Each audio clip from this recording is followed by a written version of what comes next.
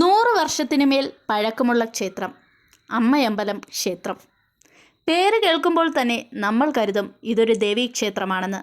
എന്നാൽ ഇതൊരു ദേവീക്ഷേത്രമല്ല, ശിവക്ഷേത്രമാണ്. ശിവനും പാർവതിയും ഗണപതിയുമാണ് ഇവിടുത്തെ മുഖ്യ പ്രതിഷ്ഠകൾ. ചുറ്റും കൂറ്റൻ മരങ്ങൾ കൊണ്ട് വനനിബിഡമാണ്.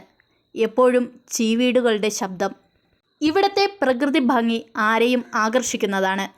പ്രധാന ആകർഷണം ഇവിടുത്തെ കൂറ്റൻ മരങ്ങൾ തന്നെയാണ്.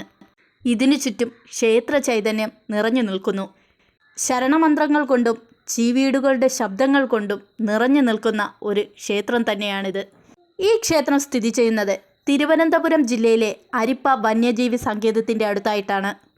ഇവിടെ നിന്നും 4 കിലോമീറ്റർ സഞ്ചരിച്ചാൽ കുളത്തൂപ്പുഴ ശ്രീ ബാലശാസ്താ ക്ഷേത്രത്തിൽ എത്തിച്ചേരാൻ സാധിക്കും. കടുത്ത വേനലായാൽ കൂടിയും ഇവിടെ തണുത്ത അന്തരീക്ഷമാണ്. തിരുവനന്തപുരത്തു നിന്ന് വരുന്നവർക്ക് നെടുമങ്ങാട് പാലോട് വഴി ഈ ക്ഷേത്രത്തിൽ എത്തിച്ചേരാൻ സാധിക്കും. വരുന്ന വഴികളിൽ തന്നെ ഒരുപാട് അരുവികളും ആറുകളും വനങ്ങളും കാണാൻ സാധിക്കും. ശിവരാത്രി മഹോത്സവമാണ് ഇവിടുത്തെ പ്രധാന വിശേഷ ദിവസങ്ങൾ.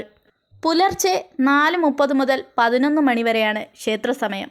അത് കഴിഞ്ഞാൽ പിന്നെ വൈകുന്നേരം 5 മണി മുതൽ രാത്രി 7 മണി വരെ. വർഷങ്ങൾക്ക് മുമ്പ് ഇതൊരു സംരക്ഷിത കാവായിരുന്നു. പിന്നീട് ഇത് പുതുക്കിപ്പണിഞ്ഞ് ഒരു ക്ഷേത്രമായി മാറുകയായിരുന്നു.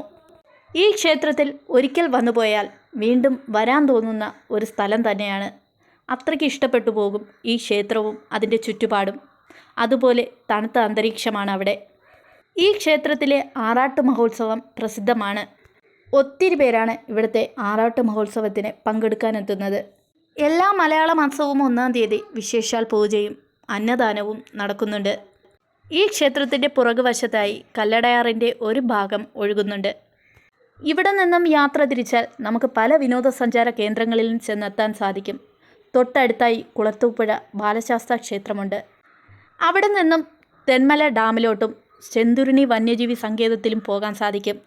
അത് കഴിഞ്ഞാൽ തെങ്കാശി വഴി തിരുമലൈക്കോവിൽ എത്താൻ സാധിക്കും. തെങ്കാശി വഴിയുള്ള യാത്ര വളരെ മനോഹരമാണ്.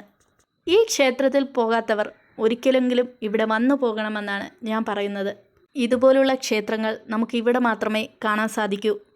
അപ്പോൾ എല്ലാവർക്കും ഈ ക്ഷേത്രവും ക്ഷേത്ര പരിസരവും ഇഷ്ടമായെന്ന് കരുതുന്നു. ഞങ്ങളുടെ ചാനൽ ലൈക്ക് ചെയ്യുക, എല്ലാവരും വീഡിയോ ഷെയർ ചെയ്യുക. വീണ്ടും മറ്റൊരു വീഡിയോയിലൂടെ കാണാം.